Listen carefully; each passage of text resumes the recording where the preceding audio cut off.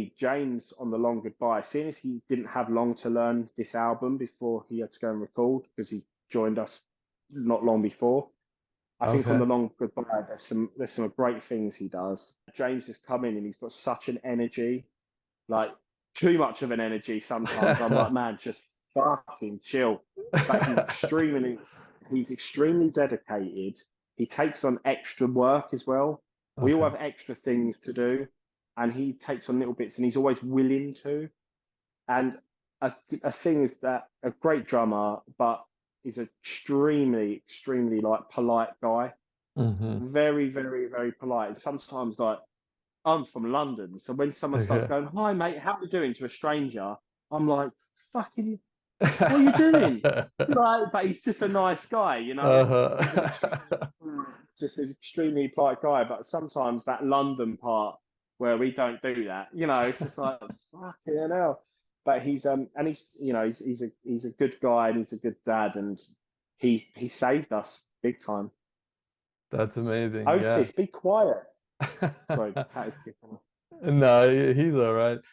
But yeah, it sounds like everything came like together really organically, when with the whole like Yeah, drumming thing and like how the whole recording production thing happened. It just sounds like it was a record that was meant to to be made. yeah, and like I say, it's man, there's people who are like have given this album time, and I think the people who've given it time and a lot of listens, they're the people who are benefiting from it the most. And then there's people like I'm guilty. I'll give it one or two tries, and I think I'm now, and I'm just like fuck this. I'll put a podcast on instead, you know. I think we've written the heaviest album we'll ever write. I don't think we'll ever go as heavy as that again. Okay, And okay. I think the next record's going to be really proggy. Oh, hell yeah. Um, I think it's going to be proggy, and I think we're going to maybe touch back into some moments with Serpent, the kind of more Nevermore death moments. Hmm. Um, I spoke to Angus a few times. I'm a big Peter Gabriel fan, and Hmm. there's certain stuff that I want to try. Um, also, we got the artwork in mind, Hmm. and I said like, look at that, and it's the first time we've had the artwork at the start. I was Okay. like, look at that, and I was like, for me, it's like, imagine you opened your eyes and you are now as you are, but that's the first moment you've ever been alive, and it's the most perfect world. Earth is beautiful. Earth is perfect, Nice. and what would you write if you were standing up on a mountain just looking over miles, hundreds of miles of just the most perfect thing, fresh air. What would you write? What would come to your mind? What would make you feel alive? Uh-huh. I want to write music. I want to write an album that makes you feel alive. After writing something so miserable, I want to write something that makes you feel alive for the first ever time. And you don't need Nice. to be a newborn baby. Like you could just have that moment of clarity. And I want to try and write something like I haven't said that. I haven't said that to anyone. That might not go that way. Angus might turn around and go, "Let's not." But Maybe. I told Angus that's what I want. We show our influences like up on our fucking chest. Nevermore, Death, fucking early Metallica, Megadeth, Testament, fucking Queensryche. We Hmm. don't hide from it. Yeah. Like I'm not. It's we do our version of the people we idolize. Hell yeah. Yeah, no, man, and definitely it like say for me, I'm more of a I think this is the heaviest album that I've ever gotten so into. I'm usually more like say Serpent Spirit. That would be like my Yeah, like my usual yeah, level. But then I just heard this album and it just blew my mind completely. It's like the heaviness of it. I don't even know how to say it. I think with this, it's not heavy just for the sake of it. Hmm. It's not heavy as in. there's going to be heavier albums because people are going to tune lower. They're going to make an album just to sound heavy for the sake of it. It's Yeah. not. We haven't done it that, but the artwork adds to it. The Oh, hell lyrics yeah. add to it. It all adds into it, and the overall package. It's not just a heavy sounding album. The subject's heavy, and everything about it. Yes. And I really feel like we got it. The song titles. I really feel like we got. Whereas I think Serpent, we got it wrong in certain areas. I feel like with this one we didn't. I don't even know what to say to that. I love both albums, honestly, but like Mhm. this, I would say is the album that made me like. It's like it opened a little window inside my mind, you know, and it's like, oh wow, look at this beautiful, heavy world that I've Yeah, been missing out on, and now I'm like yeah, going out like listening to like heavier stuff, you know.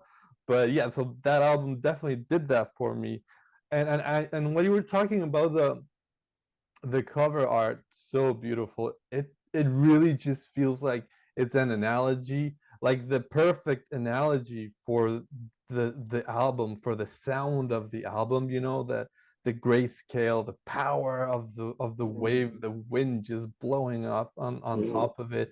And it's just this tempestuous moment, you know, but there is still some light, you know, in the picture. And I think as well, like in the album, you know. What I really like about the artwork, it's a real picture. It's not like any computer thing. That's just a picture someone, a really respected oceanic coastline photographer took, and we were lucky enough to have her agree to do it for us.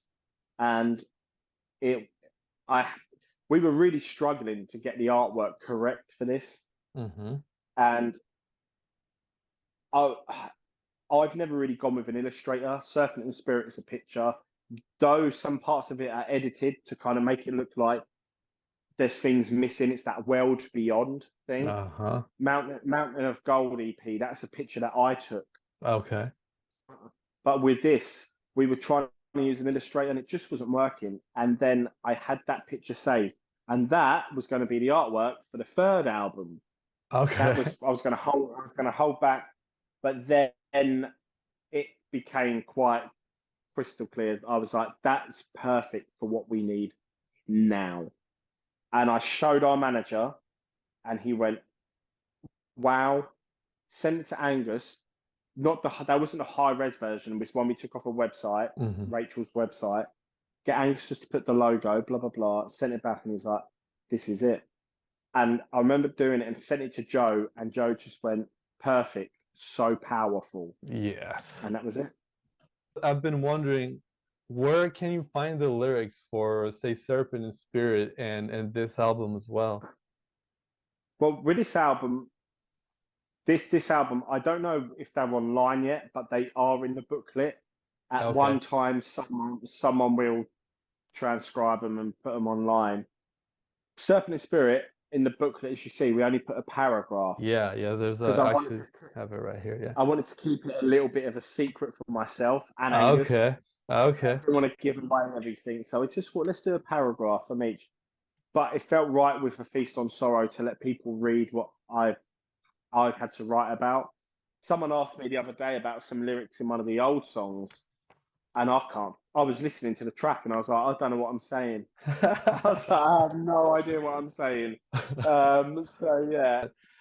Before we go, Joe, I just wanted to really take the time and yeah, just really thank you for talking to me, for taking the time you've taken. We've been talking for so long, you know. Like I said before, it's a small YouTube channel. I'm just starting. Just wanted to say you're like a really down to earth, kind soul, and so I really appreciate the time that you have given me No, man. personally, the people that like follow the channel, and I just wanted to say to you, you know, like it was impossible for me not to empathize with like your struggles. It's like very clear on the album, and so from me to you, I just wanted to say that I believe, you know, I really deeply believe that love um has always is always and will always be safe, Hmm. you know, Hmm. and that's just something that has given me so much comfort, you know, when I have been down. And so I just wanted to like just tell you that, you know, and that perhaps that place might be, you know, Hmm. where the same place, this ethereal place where perhaps Hmm. memories go, you know, is what I was Yeah, thinking, yeah. you know. And so Mhm. anyway, man, thank you so No, very man. much.